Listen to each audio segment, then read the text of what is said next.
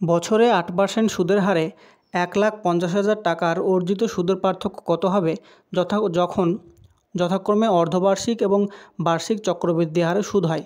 তো এখানে আমাদেরকে বেসিক্যালি বলেছে কি, যে বলেছে আমাদের 1,50,000 টাকাটা দেওয়া আছে সেটার ওপর আমাদেরকে সুদ বার করতে হবে এবং সেই সুদের পার্থক্য কত হবে যখন আমাদের যে সুদটা সেটা অর্ধবার্ষিক অর্থাৎ সেমি অ্যানুয়ালি বলেছে এখানে, আর অ্যানুয়ালি বলেছে এবং অর্ধবার্ষিক এবং বার্ষিক হারে হবে। আর এখানে আমাদের বার্ষিক যে সুদের হার সেটাকে দেওয়া আছে 8%। তো এইখানে আমরা দুটো জিনিস আমাদেরকে খেয়াল রাখতে হবে যে আমাদের যখন বার্ষিক সুদের হার যখন 8% হারে হয় তখন সেটা আমাদেরকে সেই চক্রবৃদ্ধি সুদ আর সরল সুদ সবসময় একই হয়।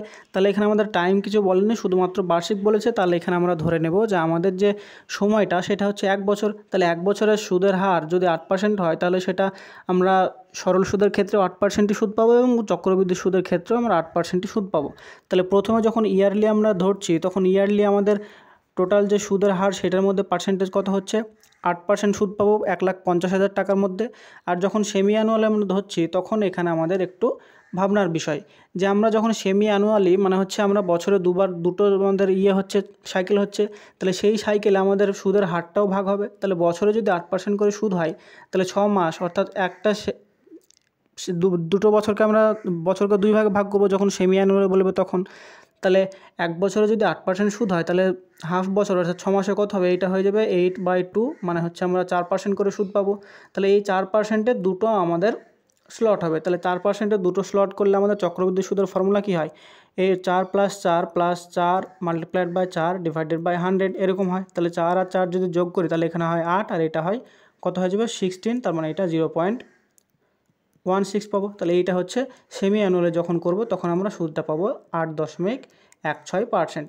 তাহলে এখানে দেখো দুটো জিনিস আমরা পেলাম। তাহলে এইটা আমরা এই যে সুদটা পেলাম সেটা হচ্ছে 8.16%। এইটা হচ্ছে আমাদের বার করার দরকার ছিল যে আমরা যখন সেই 1,50,000 টাকারই সুদ খাটাবো তখন আমাদের যখন সুদের হারটা চক্রবৃদ্ধি বার্ষিক হারে ছিল তখন সেটার উপর সুদ পাচ্ছিলাম 8% এবং বার্ষিক সেমি অ্যানুয়ালিতে যখন করছিলাম তখন সেটার উপর সুদ পাচ্ছিলাম 8.16%। এবার আমাদেরকে সুদের পার্থক্য বার করতে বলেছে। তাহলে এইটার মধ্যে পার্থক্য কত হবে, 0.16% হবে।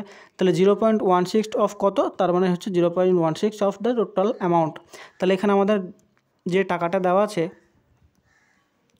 তার হচ্ছে 0.16% বার করব। তাহলে প্রথমে পার্সেন্টেজের জন্য 100 আর এখানে দশমিক আছে তার জন্য আমরা 100 বসালাম। তাহলে এই শূন্য এখানে 4টে শূন্য আর এখানে 4টে শূন্য যদি কাটি তাহলে 15 × 16, তাহলে এইটা আমাদের কত হবে, এটা মাল্টিপ্লাই করলে আসবে 240 টাকা, যেটা আমাদের অপশান নাম্বার এ হয়ে যাবে এখানে সঠিক উত্তর।